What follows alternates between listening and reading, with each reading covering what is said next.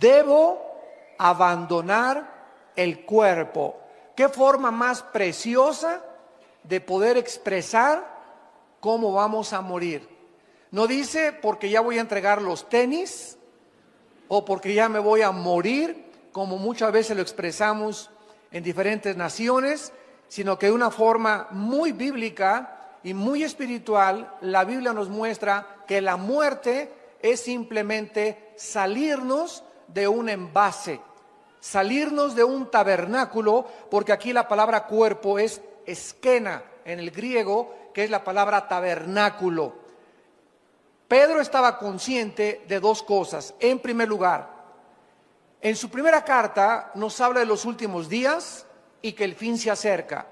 Y en su segunda carta se refiere al tiempo que ya le quedaba tan corto de vida. En otras palabras, Pedro nos está diciendo: Dios me ha mostrado que mi vida en este mundo es muy corta. Él sabía que muy pronto el Señor se lo iba a llevar a casa, como a ti también y como a mí también. Y nuestra vida pasó como el vapor, que aparece y desaparece de repente.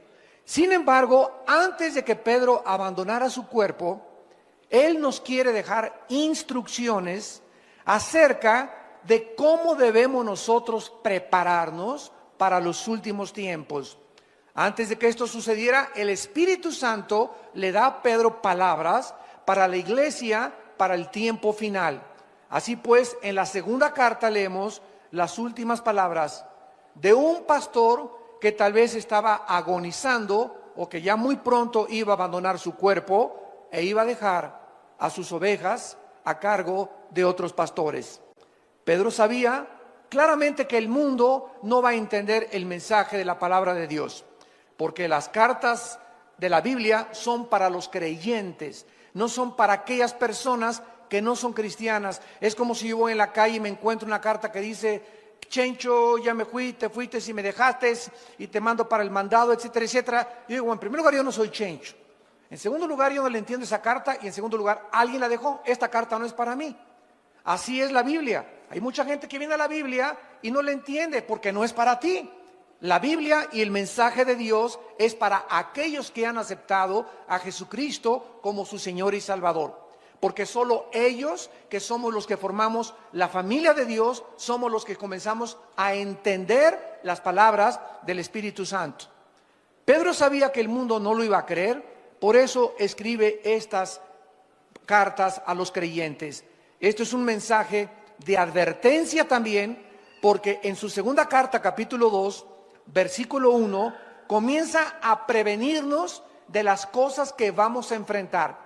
Hubo también falsos profetas, escribe Pedro, entre el pueblo, como habrá entre ustedes falsos maestros, que introducirán encubiertamente herejías destructoras. Pedro nos advierte: no se espanten, no se alarmen de la cantidad de falsos predicadores, de falsos maestros, de falsas profecías que dicen que hablan en el nombre del Señor y que ustedes las van a escuchar. Porque así sucedió en el Antiguo Testamento.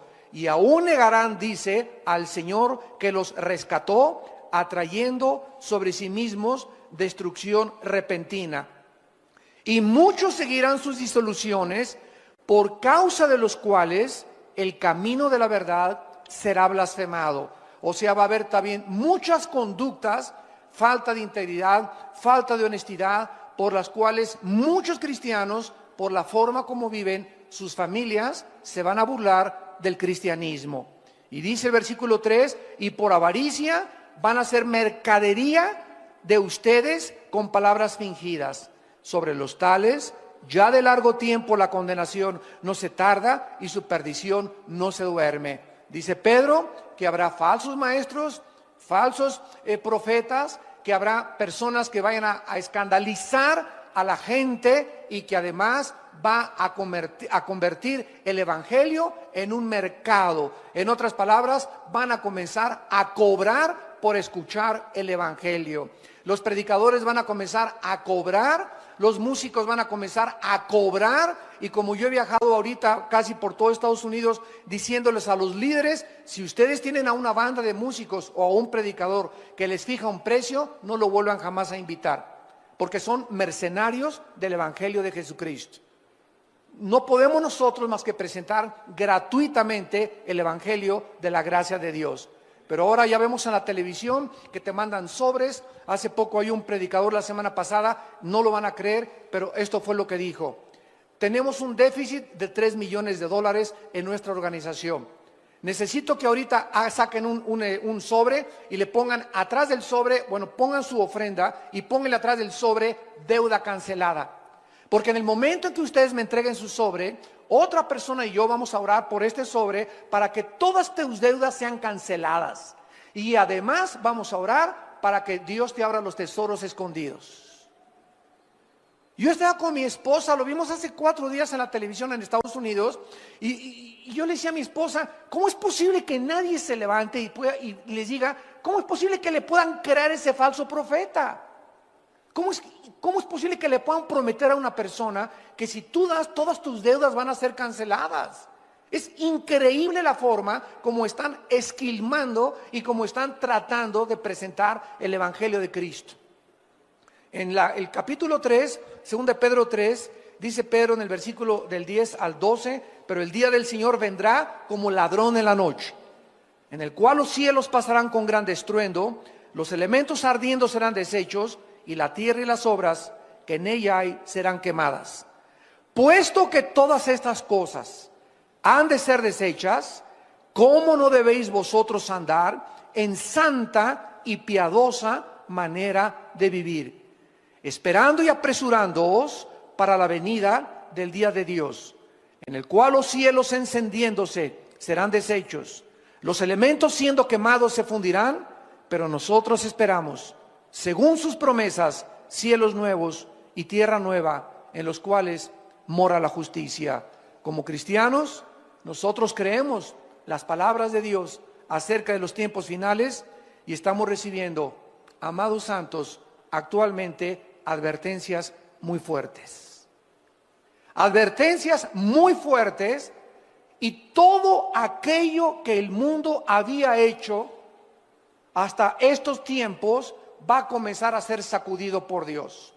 Los banqueros robaron a la gente, principalmente la clase media baja alta, con tantos intereses de las casas, de las tarjetas de crédito, y dijo Dios, basta. Ya no van ustedes a explotar a la gente. Lean ustedes Santiago 5, ya dice claramente, el jornal de los obreros ha llegado a Jehová de los ejércitos, porque los han explotado y se han aprovechado. Un grupo muy pequeño en el mundo, un monopolio que se hicieron de multimillonarios para explotar a todos los demás, hasta que llegaron a la misma quiebra. Y estaba tan interconectadas las naciones en el mundo con los Estados Unidos de Norteamérica, que cuando cayó Estados Unidos, está cayendo la economía mundial. ¿Por qué? Para que se cumpla la palabra de Dios, que el mundo se dirige a una economía global.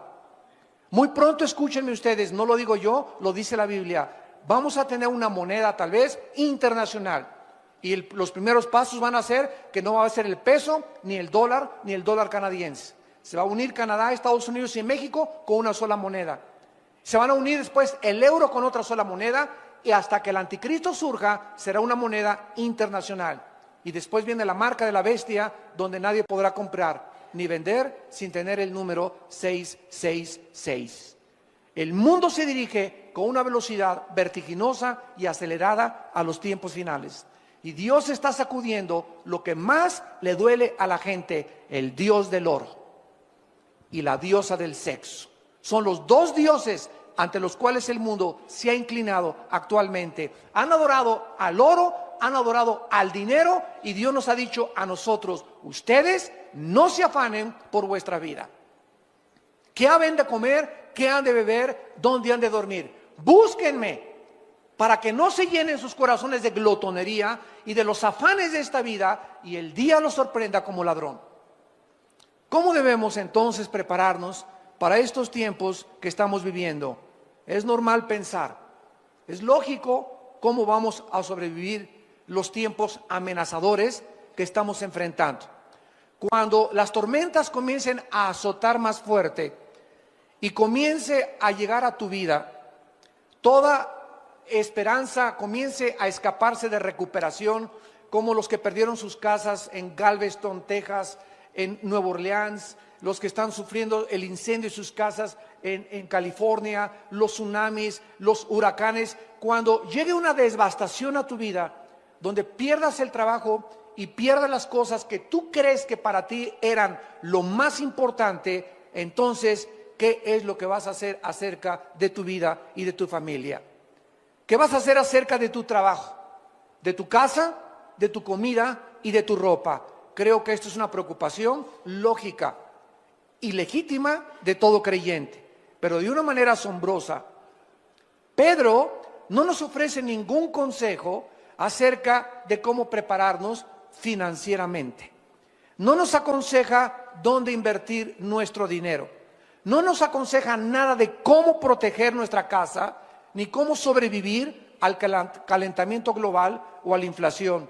¿Por qué? Vamos a ver enseguida los 4 consejos que nos ofrece el apóstol Pedro. Número 1. La primera cosa que debemos hacer para prepararnos para los tiempos que estamos viviendo es confiar en la fidelidad de Dios. Número 1. Pedro ya había experimentado la pobreza, ya había experimentado la fidelidad de Dios.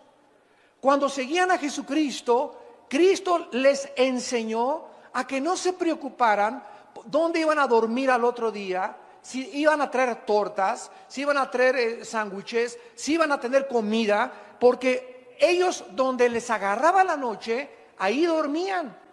Y donde en la noche les sorprendiera, ahí ponían un cartón, un petate o sobre el pasto, y ahí comenzaron a aprender a despertarse todos los días y a seguir a ese hombre que dijo Jesús: hoy no les va a faltar donde dormir, hoy no te va a faltar el techo, hoy no te va a faltar la comida.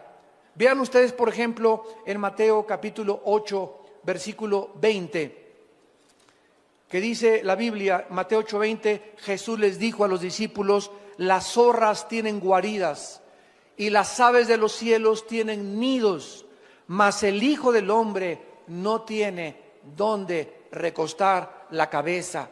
En Mateo capítulo 14, versículo 15 al 21, Mateo 14, del 15 al 21, les dice Jesús: cuando anochecía se acercaron los discípulos y le dijeron a Jesús: el lugar es desierto, la hora ya pasada. Despide a la multitud para que se vayan por las aldeas y compren de comer. Jesús les dijo: no tienen necesidad de irse, denles ustedes de comer. Aquí se enfrentan con una situación donde había cerca de 5,000 personas. Y ya no tenían leche para los niños, ya no había comida en la noche, y los discípulos comenzaron a afanarse y a preocuparse. No tengo para mañana, no tengo para hoy en la noche para comer. Y Cristo les dice: denles ustedes. Y en ese momento se voltean los discípulos, ¿verdad? Y le han de haber dicho: Señor, no trajimos sándwiches. No hay ni un McDonald's abierto a estas horas. No hay nada absolutamente que podamos recurrir. Ellos dijeron: no hay más que 5 peces y 5 panes y 2 peces. Y Cristo dijo: lo poco que tú tienes, escucha este principio, lo poco que tengamos con la bendición de Dios se multiplica. Lo poco que tengamos, si tenemos la bendición de Dios, se nos va a multiplicar. Tráiganme lo poquito que tengan, dijo Jesucristo, y entonces mandó a la gente recostarse sobre la hierba, y tomando los 5 panes y los 2 peces, levantando los ojos al cielo, los bendijo y partió. Y dio los panes a los discípulos y los discípulos a la multitud. Esta es la razón por la cual antes de cada alimento, antes de desayunar, antes de comer y antes de cenar, bendice los alimentos en el nombre de Jesús y denle gracias a Dios de los frijolitos refritos, de los totopitos que tienes y tal vez de el vaso de leche que tienes, porque si tú reconoces en lo poco, Padre, gracias porque pudimos desayunar por lo menos esta mañana, pudimos cenar, mis hijos, no tenemos muchas cosas, pero tuvimos para comer. Cuando Dios ve ese corazón agradecido, que lo alabamos y lo bendecimos por lo poco que tenemos, entonces Dios bendice y nos multiplica lo que no tenemos. Pero si nosotros ya comemos como si no lo mereciéramos, en el nombre de Jesús te pido alimentos, guárdanos en el hueco de tu mano, dales a los que no lo tienen, amén. Cómprate una cotorra de África, o un perico, o una grabadora, y comienza a hacer que ese perico, esa grabadora, ore en lugar de ti, porque muchas oraciones de muchos de ustedes caen en la mecánica, comienzan a ser autómatas de Dios, robots de Dios. Ya la oración que dan no es del corazón, ya nomás sacas tu estampita y te echas la presinada también. Tenemos que sentir en el corazón, Padre, gracias por este pollo, gracias por este tibón, gracias por estos cornflakes, gracias por lo que nos das. No perdamos el sentimiento de la gratitud. Es horrible comenzar a vivir creyendo que lo que tenemos no lo merecemos. Gracias por este día, Padre. Gracias porque llegué al aeropuerto, Padre. Gracias porque me guardaste. Gracias por este día, Señor. Nos acostamos con el corazón lleno de gratitud. Y eso es lo que Dios está pidiéndonos. Que no nos olvidemos de que tenemos la vida, estamos respirando y tenemos que comer. En Mateo 17, versículo 24, llegaron a Capernaum. Y vinieron Pedro y los que cobraban las 2 dracmas, Mateo 17, 24. Y le dijeron, vuestro maestro no paga impuestos, o sea, no paga las 2 dracmas. Él dijo, sí. Y al entrar en la casa, Jesús le habló primero diciendo, ¿qué te parece, Simón? Los reyes de la tierra, ¿de quiénes cobran los tributos o los impuestos? ¿De sus hijos o de los extraños? Pedro le respondió, de los extraños. Jesús le dijo, luego los hijos están exentos. Sin embargo, para no ofenderles, ve al mar, echa el anzuelo y el primer pez que saques, tómalo. Y al abrirle la boca, hallarás un estatero, que es una moneda que correspondía a 4 dracmas. Un estatero, tómalo y dáselo por mí y por ti. Cuando ellos necesitaban comer, Dios lo multiplicaba. Dormían en cualquier lugar. Y cuando necesitaban dinero hasta para pagar los impuestos, de una forma sobrenatural, Cristo les proveía lo que no tenían. ¿Se imaginan ustedes el control de Jesús que hizo los cielos, la tierra, los peces, los animales, los moscos, los insectos, las estrellas, los planetas?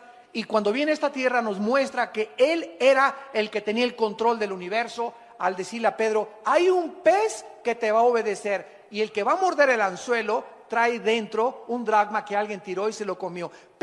Cristo sabía aún lo que los peces comían. ¿Y cuál era el pez de los miles que había en el mar de Galilea? Que tenía una moneda en su estómago, en su pancita, para que con esa pagara los impuestos.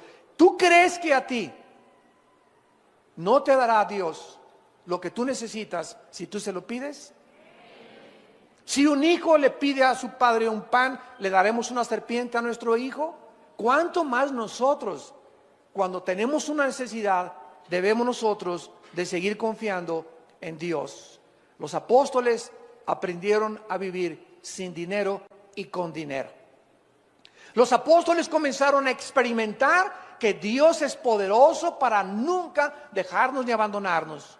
Sabían lo que significaba dormir bajo las estrellas, sin cama ni almohadas. Siguieron a Jesús sin tener un empleo fijo ni promesas de dinero alguno. Solo eran dueños de la ropa que traían y de las sandalias que traían puestas. Y tú tienes 3 pares de tenis, tienes 2 pares de jeans, tienes 3 camisas, ya vas de gane. Tienes un techo, no estás a la intemperie durmiendo. Tienes un jacalito donde duermes arriba de un petate. Tienes un horno ahí para que te caliente.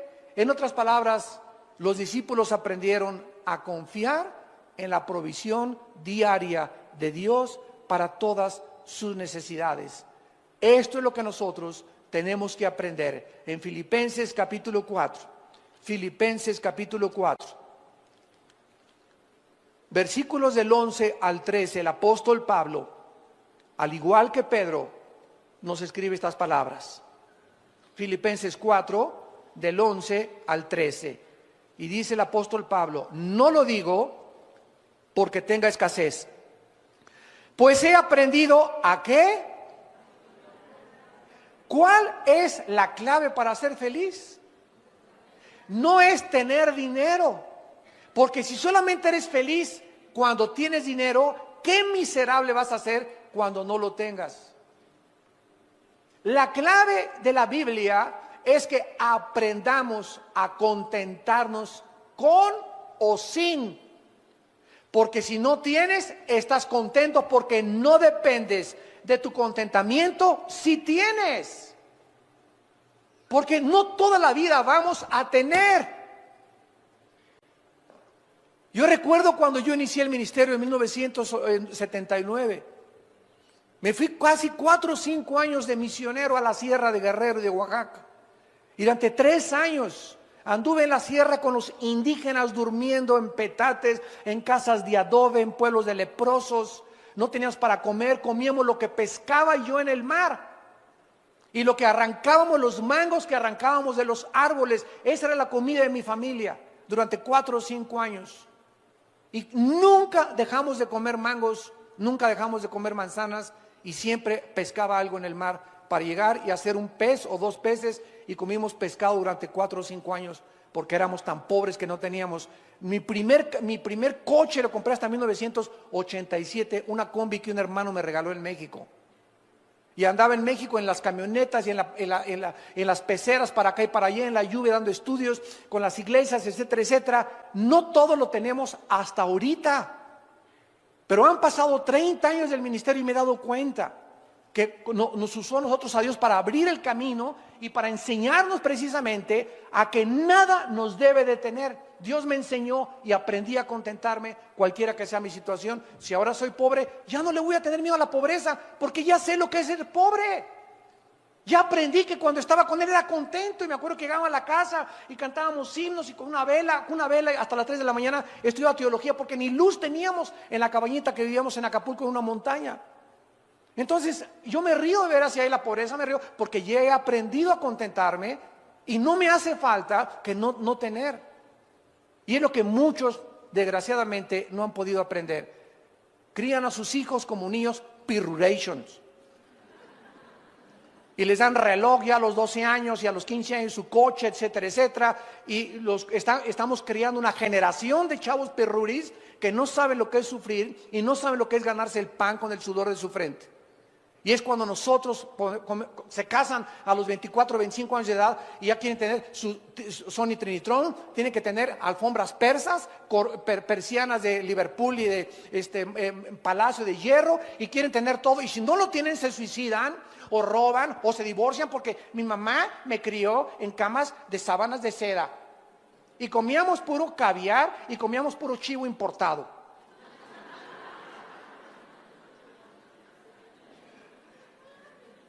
No lo digo porque tenga escasez, dice Pablo, he aprendido a contentarme cualquiera que sea mi situación. Y por eso a muchos de ustedes han perdido el trabajo o han perdido lo que tienen, porque Dios les quiere enseñar.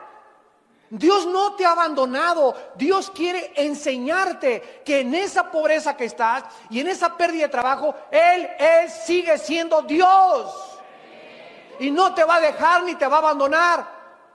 Y cuando recuperes otra vez lo que perdiste, te vas a acordar que no te faltó por lo menos de comer.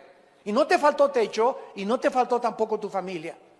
Porque eso es el tesoro más grande que tenemos. Mientras tengamos la familia, lo tenemos todo.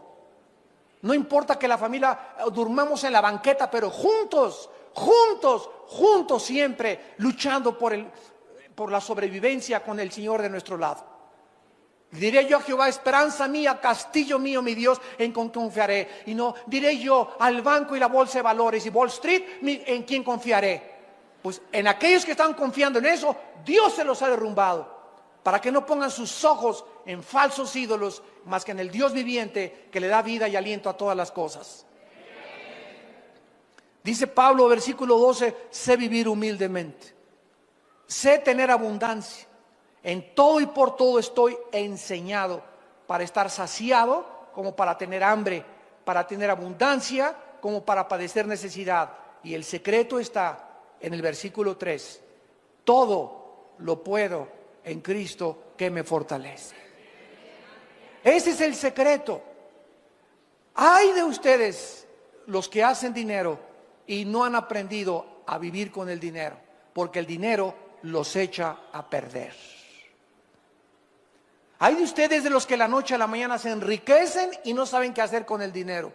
Y en lugar de entender el propósito por el cual Dios nos da el dinero, comienzan a hacer dinero y se olvidan de Dios y comienzan a tener más gastos y más lujos, y el club y la familia Pompidou y la familia Richelieu, etcétera, etcétera, y comienzas a alejarte de Dios y alejarte del discipulado. Ni diplomados tomas. ¿Por qué? Porque comienzas por los afanes de la vida, porque no habías aprendido a vivir con dinero. Tenemos que aprender a vivir sin dinero, pero también cuando tengamos dinero tenemos que aprender cómo administrar ese dinero. Porque si ese dinero que tienes tú ahorita, tú no sabes con qué propósito Dios te lo dio y crees que es para ti, entonces algún día te comenzará a faltar y te dirá Dios: acuérdate que yo deshago como polilla lo más apreciado del ser humano. En segundo lugar, el segundo consejo que se nos da es no preocuparnos por las cosas materiales.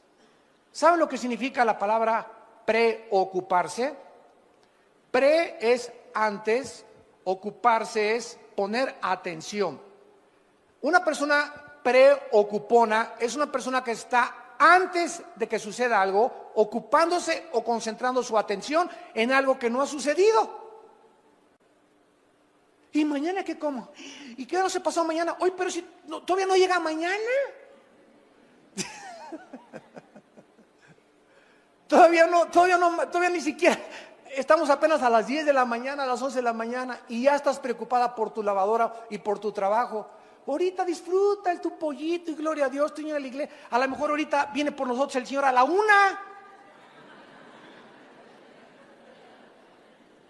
La pregunta más importante que Dios nos haría en estos tiempos es la siguiente: ¿qué hay en tu corazón en estos últimos tiempos? ¿Preocupación por el dinero? ¿Por tus inversiones? ¿Por la caída de la bolsa de valores? ¿Por tu salud? ¿Por tu futuro? ¿Por tu familia? ¿Qué está en este momento, en estos tiempos, llenando tu corazón? ¿Qué es lo que más te preocupa en estos tiempos? ¿En qué te estás convirtiendo, dice Dios en esta tarde? Y ustedes que nos ven por la televisión, ¿en qué te estás convirtiendo mientras más rápido nos acercamos a los tiempos finales? ¿En una persona avariciosa, ambiciosa, preocupada por el dinero? ¿Una persona llena de ansiedad y de estrés y de cosas que aún no suceden? ¿En qué te estás convirtiendo? Analiza tu corazón a la luz de los tiempos que estamos viviendo. El rey Salomón escribió en Proverbios capítulo 18, versículo 11. Proverbios 18, 11. Las riquezas del rico son su ciudad fortificada y como un muro alto en su imaginación. O sea, los ricos piensan así, dice Dios. Y esto lo escribió el hombre más sabio que ha existido en la historia después de Cristo, el rey Salomón. Los ricos así piensan: mientras yo tenga 1 millón o 2 millones de dólares, mientras yo tenga 1 o 2 propiedades, mientras sea dueño de una casa, mientras tenga mis inversiones, estoy tranquilo. Y dice Dios, es la obra de tu imaginación nada más. Porque de la noche a la mañana cualquier persona como lo estamos viendo en nuestros tiempos, se quedan en la bancarrota. Ahorita hay más de 600 suicidios en Estados Unidos, hasta la semana pasada que yo me vine, de ricos que se están quitando la vida por la caída de la bolsa de valores. Y de personas que habían invertido todo o la mitad de su capital en la bolsa de valores y no tienen absolutamente 1% de probabilidades de recuperación o de repunte. Por la deuda de los más de 3 trillones de dólares que tiene el gobierno federal americano. Se quitan la vida. ¿Por qué? Porque aprendieron a vivir confiados mientras tenían, y cuando no tenían, no tienen propósito ni razón para seguir viviendo. En Proverbios capítulo 23, el rey Salomón continúa dándonos consejos y dice el versículo 4 y 5. Proverbios 23, del 4 al 5. No te afanes por hacerte rico. Sé prudente y desiste. ¿Has de poner tus ojos en las riquezas siendo ningunas? Porque se harán como alas de águila y volarán al cielo en septiembre del 2008. Ese es primera de Armando 2.1. Esto fue escrito hace 3000 años y ante nuestros ojos estamos viendo de qué manera Dios está quitando y derrumbando el becerro de oro.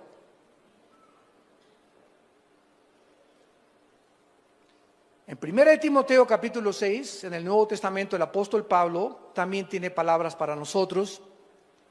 Y dice en 1 Timoteo capítulo 6, versículo 6 en adelante. Pero gran ganancia es la piedad acompañada, otra vez igual que Pedro y que Pablo, contentamiento. Gran ganancia es la piedad acompañada de contentamiento. La palabra piedad, eusebia en el griego, significa la vida o vivir cerca de Dios. Tú vas a ganar, nunca vas a perder. Mientras tú vivas cerca de Dios, siempre vas a ganar. ¿Por qué? Porque cuando vivimos cerca de Dios, en su presencia hay plenitud de gozo. Los que viven cerca de Dios tienen que estar contentos, cualquiera que sea su situación. Porque nada hemos traído a este mundo. Y sin duda nada podremos sacar. Imagínate cualquier persona rica que nos escuche en este momento, que has guardado y échale y abonos y el dinero y hasta abajo el colchón, y de repente hoy te mueres un accidente, una embolia, un ataque al corazón, y tú tenías dos propiedades, y cuando te entierran en el ataúd, ni el anillo que traes de casado te llevas. Todo se queda de la noche a la mañana. Y va a estar tu familia como alacranes peleándose la herencia. Ahí en el panteón van a comenzar los pleitos ya por ver quién tiene más herencia. Así es el corazón humano.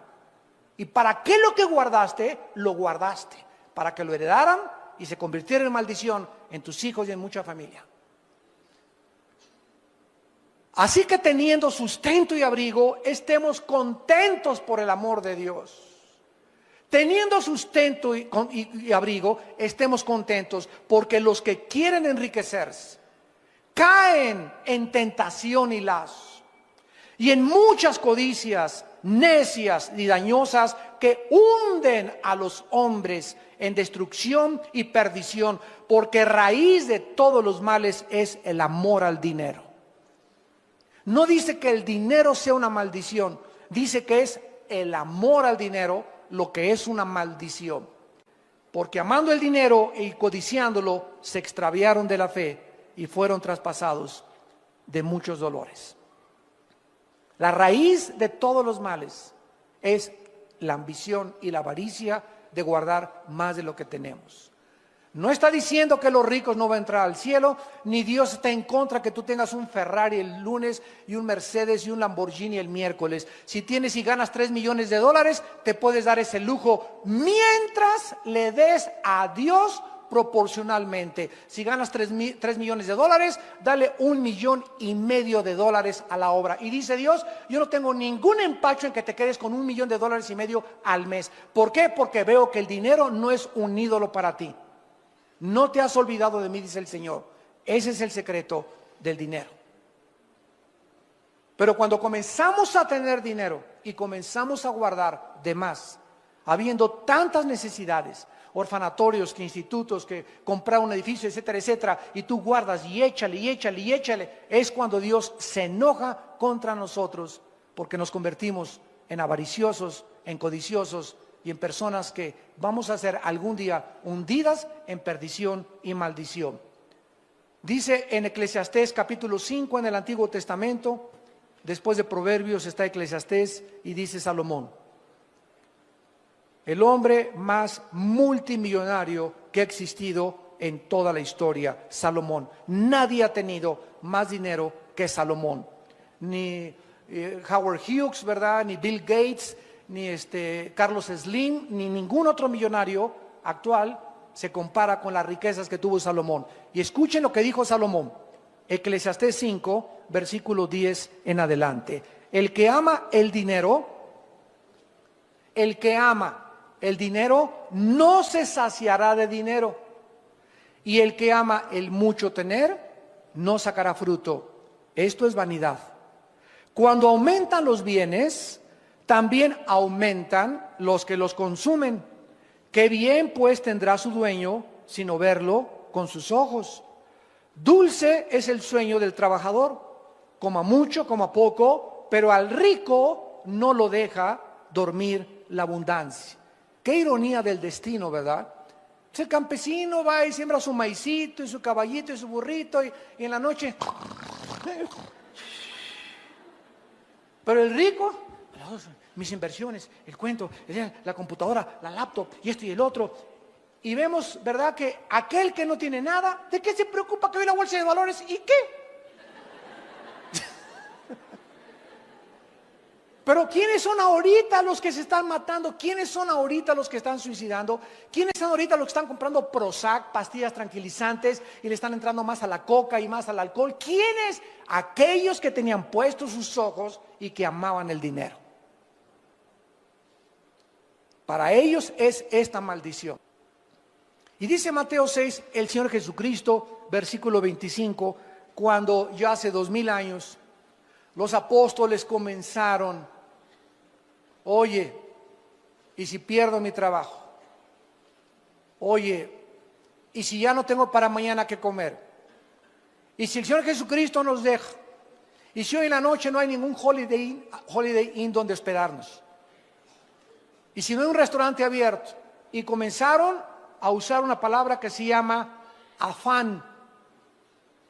Afán, que es la palabra griega merima. Por tanto les digo, versículo 25, no os afanéis. ¿Qué significa afanar? Significa estar ansioso, preocupado, pensar continuamente o enfocado continuamente en el dinero o en lo de mañana, intranquilo, sin tener paz. Eso es lo que hace el amor al dinero. No os afanéis por vuestra vida. ¿Qué han de comer? ¿Qué han de beber? Ni por su cuerpo, ¿qué han de vestir? ¿No es la vida más que el alimento y el cuerpo más que el vestido? Pregúntate en esta tarde: ¿estoy vivo? Ahora, si estás vivo y yo estoy vivo, ¿a quién le debemos el aliento y la respiración? A Dios. O sea, Dios está consciente que estás vivo. Y si Dios está consciente que estás vivo, entonces, ¿no crees que también está consciente del zarape que traes? ¿De los guaraches que traes? ¿De la casa donde vives? ¿De si tienes o no tienes para comer? Entonces, si Dios nos sigue dando la vida y amanecimos hoy, ¿por qué nos preocupamos en las cosas secundarias cuando lo más importante es vivir? Este es el mensaje de Cristo a nuestra conciencia. Miren las aves de los cielos, versículo 20, que no siembran, ni ciegan, ni recojan en graneros. Salte mañana en la mañana, dice Cristo, y asómate a ver los pajaritos. Ninguno de ellos tiene cuenta en Bancomer. Nunca encontrarás a los pajaritos haciendo un hoyo vamos por las lombricitas y vamos a guardar lombricitas aquí, amontonar 5 o 6 lombricitas en la noche y me voy a mi nido con mi pajarito, con mi esposita, con mis pajaritos y ahí tenemos lombricitas por si mañana amanece y no tenemos lombricitas para mañana. Dios puso un programa en los pajaritos para que fueran una lección a nosotros y para que los observáramos. Si Dios les puso ese programa donde ellos no deben de amontonar ni guardar para mañana, ¿por qué entonces lo hacemos nosotros? ¿Por qué desconfiamos del poder y la misericordia de Dios? Y vuestro Padre Celestial alimenta a las aves, ¿no valen ustedes más que ellas? Un pajarito, ¿cuánto cuesta? 3 pesos. Hasta peso te los venden en el mercado a veces. ¿Y cuánto vales tú que Jesucristo, su Hijo, dio su vida en una cruz por nuestros pecados? ¿Y te estás preocupando por mañana? ¿Qué enojado está Dios contigo? Qué triste y qué desgarrado tiene su corazón Dios. Porque sin fe es imposible agradar a Dios. Si no la fe es confiar. Si no confiamos en Dios y no está Dios viendo que estamos confiando en Él, no lo estamos agradando. Puedes aplaudir, tocar el pandero, gritar, hacer 1000 cosas, levantar iglesias, predicar el evangelio, pero la única forma y la más importante forma en la que Dios está contando con nosotros, contento, es que vivamos confiando en su provisión diaria.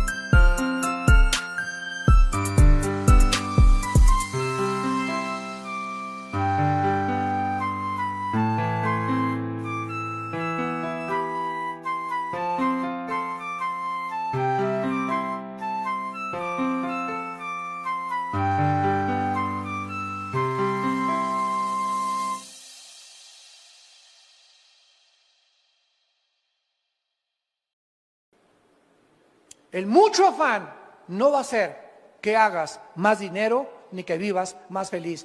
Busca a Dios y su reino y su justicia sobre todas las cosas.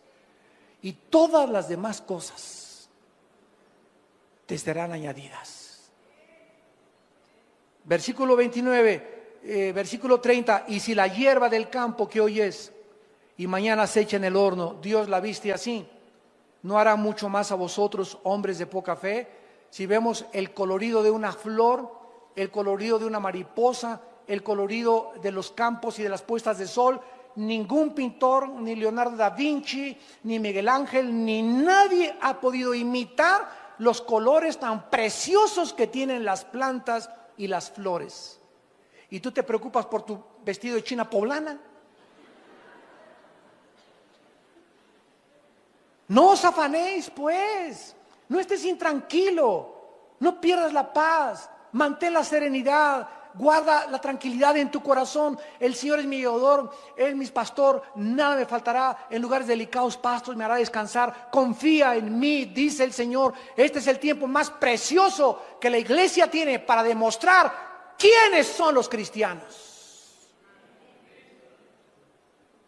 ¿Quiénes son ahorita verdaderamente los cristianos? Ya se acabó el cristianito el domingo nada más. Ahora vas a demostrar en los tiempos que estamos viviendo si realmente crees y confías en Dios. Los gentiles, dice Cristo, el versículo 32, o sea, las gentes que no tienen a Cristo buscan todas estas cosas. Ve a tu cuñado, a tu tío, a tu primo, a tus hermanos, ve a tus familiares que no sean cristianos. Viven únicamente para la lana, la plata, la plata, la plata. Cómo hacer dinero y aprendí y el otro. Y todos los días prende el noticiero y cada vez el corazón les va a explotar mañana. Las noticias aumentan, las malas noticias aumentan, y porque están enfocados nada más el oro, el becerro de oro se está deshaciendo, se está fundiendo, el oro se está yendo, porque toda su vida está puesta ahí. Los gentiles buscan todas estas cosas. El corazón del mundo está en eso, porque ellos creen que eso es lo que vale en la vida. Pero vuestro Padre Celestial sabe que tú tienes necesidad de estas cosas. Busca primeramente mi reino y mi justicia, y todas las demás cosas te serán añadidas. Y finalmente, regresamos a 1 de Pedro 4, se nos da el cuarto consejo: prepararnos espiritualmente. Dice en 1 de Pedro 4:7, mas el fin de todas las cosas se acerca, sean sobrios y velen en oración. Si tú ya sabes ahora hasta este momento que no te va a faltar, Dios va a proveer milagrosamente en tu casa, como lo hizo con una viuda que se llamaba de Sarepta y su profeta Elías.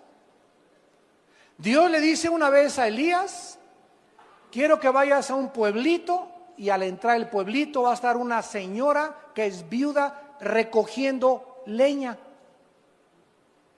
Y quiero que cuando llegues a ese pueblito le digas a esta viuda que te lleve a tu casa y que te dé de comer.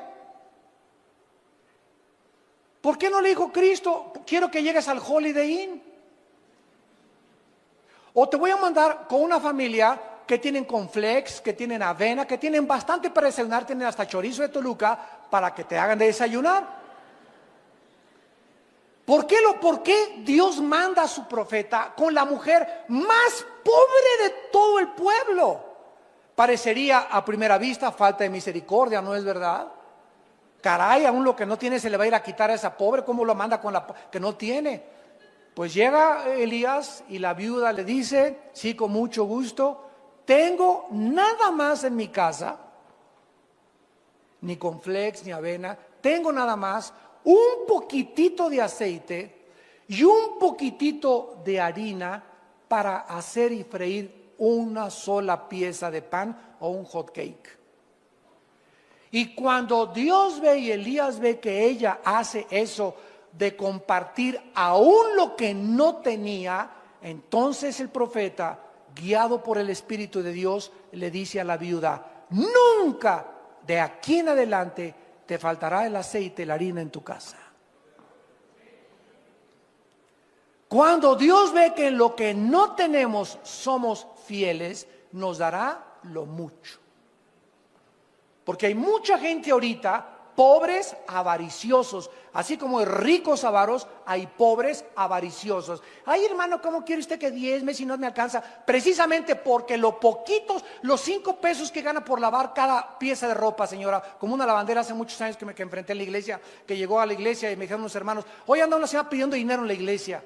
Y me acerqué y le pregunté a la señora, oiga señora, ¿por qué está pidiendo dinero aquí en la iglesia? Me dice que soy lavandera. Y le digo, ¿cuánto cobra por cada pieza de ropa? Esto fue como en el 84, 85. Y me dice, pues cobro 5 pesos. Y le dije, ¿y de esos 5 pesos le da usted 50 centavos de diezmo al Señor? Y me contestó, ay hermano pastor, ¿cómo quiere que comparte 50 centavos si apenas con los 5 pesos me alcanza? Y le dije, ¿sabe una cosa? Como Don Teofilito ni le seguirá alcanzando, le dije.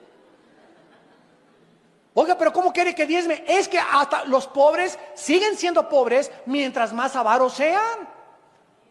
Pero si usted, aunque lo poquito que tiene como la viuda y le da al Señor y es fiel, aunque me vaya en camión, Señor, pero aquí está lo que te corresponde a ti, nunca te faltará, porque Dios le da la cosecha al que siembra.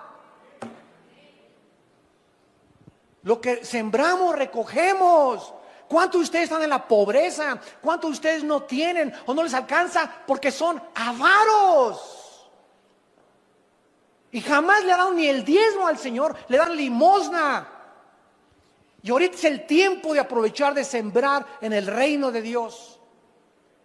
Por eso vives como vives, porque ¿cómo puedes esperar una cosecha cuando no has sembrado absolutamente ni un centavo en el reino de Dios? Pedro está repitiendo lo que Cristo dijo con otras palabras en Juan 14. Si creen en Dios, crean en mí, no se turbe su corazón. No estén intranquilos, no estén preocupados, no estén ansiosos. Voy a preparar un lugar para ustedes, para que donde yo voy, ustedes también estén. Si ustedes tienen mis mandamientos y los guardan, ese es el que me ama. Y el que me ama, yo lo amaré. Y mi Padre lo amará también. Y vendremos mi Padre y yo, y haremos morada en tu vida. No te dejaré ni te desampararé, estaré todos los días hasta el fin del mundo contigo. No veas al mundo, no veas el becerro de oro fundiéndose ni deshaciéndose, no veas las noticias, veme a mí. El creador y sustentador, el que extiende los cielos como una cortina y extiende la tierra y sus productos y da aliento a los que en ella moran y espíritu a los que por ella caminan. Él es el Dios al que estamos sirviendo. Y ahorita nos está probando, no estamos todavía en la tribulación. Imagínense cuando entre la tribulación, si ahorita los que dicen que son cristianos no están soportando esta prueba, ¿cuánto más de las cosas que sobrevendrán sobre este planeta? Es el tiempo, amados santos, de prepararnos espiritualmente en oración. Velando, estando conscientes de los peligros que nos rodean y estar pasando más tiempo con Dios. Es triste que actualmente veamos a millones de cristianos que invirtieron en la bolsa de valores. Y esto no significa que Dios esté en contra, no me vayan a malentender, de que invirtamos y tengamos ahorros. Dios no está en contra de que tengas ahorros, pero no que pongas tus ahorros en inversiones gigantescas como la bolsa de valores, con muchísimos más riesgos que los que tienes en el banco. Ahorita en Estados Unidos los que tienen una cuenta menores de $100,000, el banco les promete devolverle los $100,000. Si tienen más no se los promete. Así que están sacando todo el dinero que pueden de los bancos ahorita, ¿verdad? Entonces no está Dios en contra que tengas que tus 25,000, que tus 50, que tus 100,000 pesos ahorrados, o que ahorres 5 millones de pesos, mientras, escúchame, en la misma proporción le des al reino de Dios.